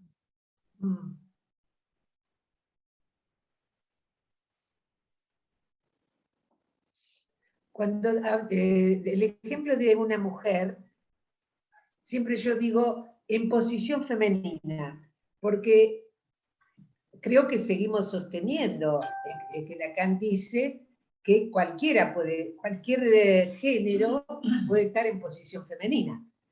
Por supuesto. Y es esa posición la que hace que, digamos, la relación, estaba revisando unas notas de acá, hay, dice Lacan, asimetría de su relación con el síntoma escritura.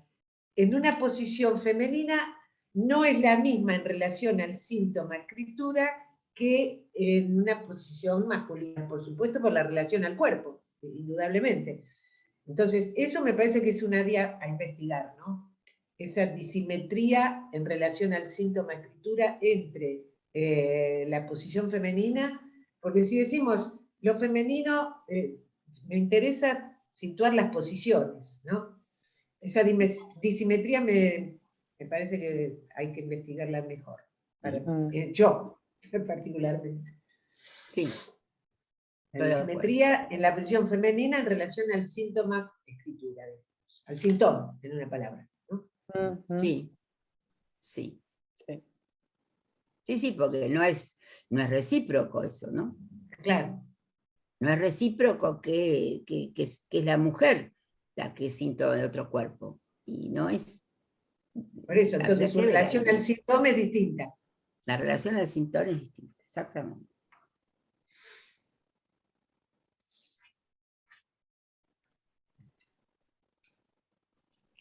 La Lo posición tenemos femenina. para ¿no? seguir estudiando, Sí, investigar. sí, El año que viene. todo lo que fue dicho hoy. Todo es para Vos seguir estudiando. vos querrías decir, Graciela, que si aceptáramos la solución Lutherbach, el Patú vendría a escribir algo que solucionaría los enigmas respecto del amor y lo femenino en ella. ¿No? Que aclararon en los trabajos que eso mantenía una relación al falo. Es decir, que ser síntoma de otro cuerpo no quiere decir ninguna relación con el falo. Pero vos introducirías que habría otra manera ¿no? de escribir algo del síntoma que no resolvería o que no incluiría algo de lo femenino, que no sería más una solución fálica. Quiero entender lo que habría allí maneras diversas de resolver o no el enigma de lo femenino, de escribir o no algo de eso. No, recuerdo que Eric dice, con total justicia, que hay 3 modos de goce, ¿no? El modo al síntoma histérico, que ya hemos hablado, el modo mujer, síntoma de otro cuerpo, y el síntoma. Entonces, aquí el síntoma del ser hablante, dice. No es lo femenino ahí, ni es la posición femenina. Es otra relación de alguien que se sitúa en posición femenina en relación al síntoma del ser parlante. Yo creo que tiene que ver con que el hombre, él dice, tiene un cuerpo, cree que tiene un cuerpo, que lo tiene, mientras que la mujer no está en esa posición. Entonces, ahí me parece que se produce la diferencia con el síntoma, ¿no? Sí, está Pero todo ese digo, juego de palabras que Eric toma tan bien y que lo ha tomado Blanca, lo he tomado yo, lo hemos tomado varios, de él se cree bello, ¿no? Porque a su cuerpo lo tiene. Y entonces ese juego de palabras que en francés va de él se cree bello al escabel.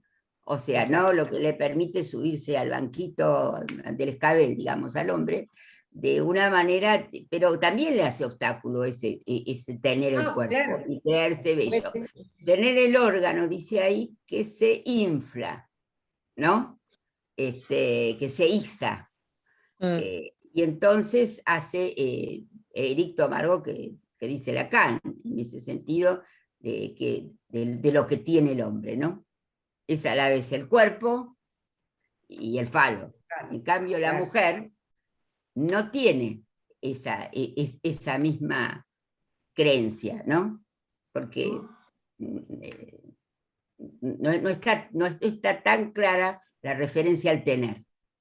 Claro.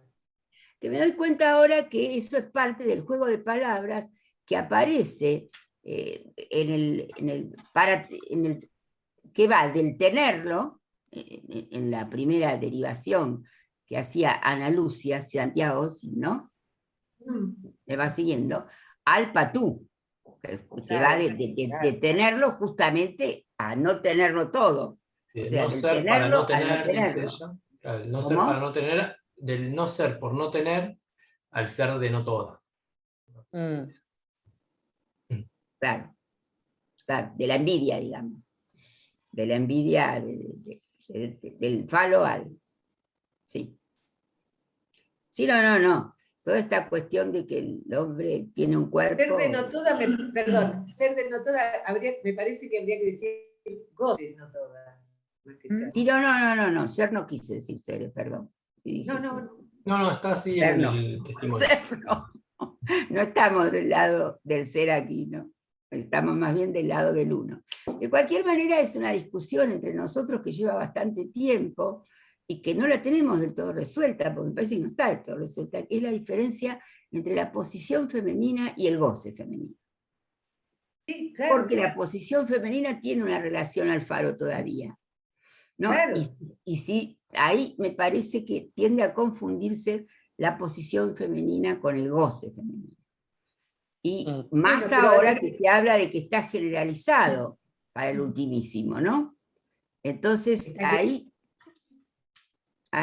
bueno, entraría toda otra elucubración, pero que es interesante, porque se confunde un poco, mucho se confunde la posición femenina con el goce femenino. Claro. Y en la fórmula se está en dos lugares para mí completamente distintos. Bueno, La posición es femenina está clarísimo. en el la tachado, que tiene relación No. por un lado. No. La ¿Ah, no? posición femenina, perdón. Ah, bueno, La ¿ves? posición No estamos de acuerdo en eso. La oposición femenina es un lugar en el fantasma del hombre, como A, y una relación al S de atachado. Esa es la posición femenina en el teorema. Bueno, para mí también Entonces, está en el la tachado, también está en el la tachado en el sentido de que ahí se escribe una, por una, por una, por una, sí, que sí, coincide por eso, con pero lo que están vos los dos decís del lugares. objeto. En realidad coincide. Es lo mismo. Lo que no está, Bueno, ahí hay todo. no está completamente en el S de atachado, que es donde se Exacto. suele pensar el goce femenino. Claro. Bueno, pero no todo es esas dos flechas, las dos es el notorio. Exactamente eso Claro. quiero decir. Eso Claro. es lo que quiero decir, por eso digo que están en la tachado. ¿Por qué? Claro. Porque tiene una flecha para un lado y otra flecha para el otro. Claro. ¿No? Eso, sí. Bueno, pero además Graciela propone separar la operación de escritura del sintón, que no necesariamente hace coincidir con una posición femenina, cosa que solemos quizá equiparar. Yo leo lo que dice el señor Lorán. Sí. Con El Lorán. señor Lorán, Con en Lorán. el reverso de la biopolítica dice Sí. esto. En eso coincidimos. Es lo que dice Lorán y merece una lectura, sí. Merece una lectura esa diferencia. No solo que dice que hay tres modos de goce, dice hay asimetría de su relación con el síntoma escritura para en la diferencia sexual, ¿no? En los dos sexos. Así como hay disimetría de la sexuación, hay disimetría de su relación con el síntoma escritura. Es decir, que la relación de cada uno, hombre o mujer, pongamos, es distinta su relación con el síntoma. Cada uno de esos dos tiene distinta relación con el síntoma. Bien, pero una cuestión, quizás lo que le permita salir de ser un síntoma para sí misma, para poder ser síntoma para otro cuerpo, es quizás una escritura de su propio síntoma. Para ella, digo.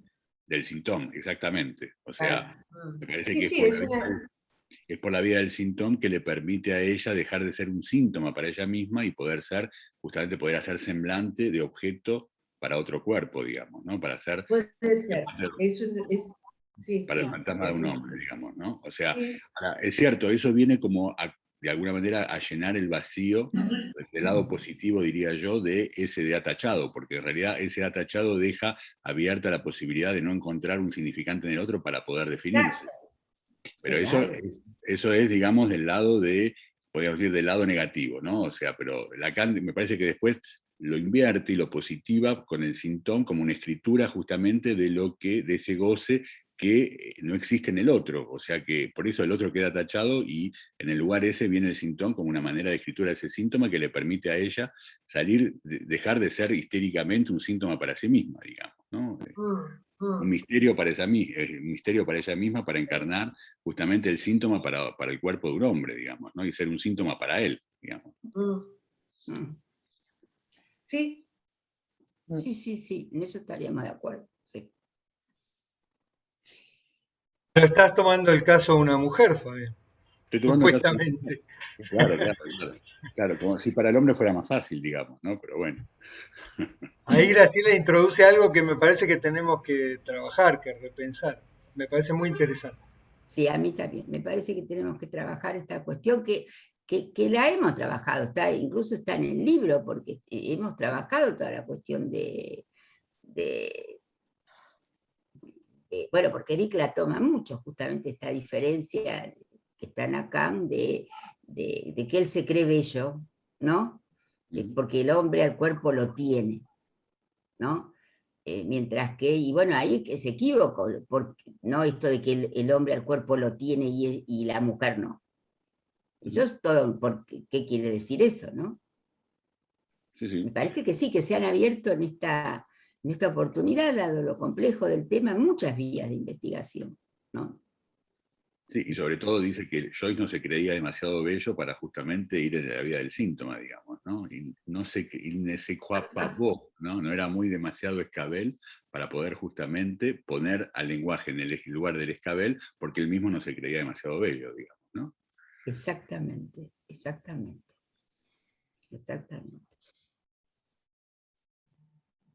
Bueno. Eso ya lo pensaremos en la comisión como un título posible para otra clase, ¿no? Sí. Bueno, me parece un buen momento para... Nos vemos en 15 días, entonces. Muchas gracias a los tres. Pueden abrir los y a todos los que micrófonos. intervinieron, y a la... Gracias. Muy buenos trabajos. Excelente. Gracias, Graciela. Excelente. Gracias, Graciela. Gracias. Nos vemos la próxima. Te veremos más seguido, Graciela, más seguido. Bueno, Para que nos venga a solucionar el problema que nos trajo. Realmente. Gracias por los interrogantes. Gracias a todos. se arregló el WhatsApp, chicos. Sí. Se arregló el WhatsApp. Eso. Volvimos a la vida. Se arregló el WhatsApp.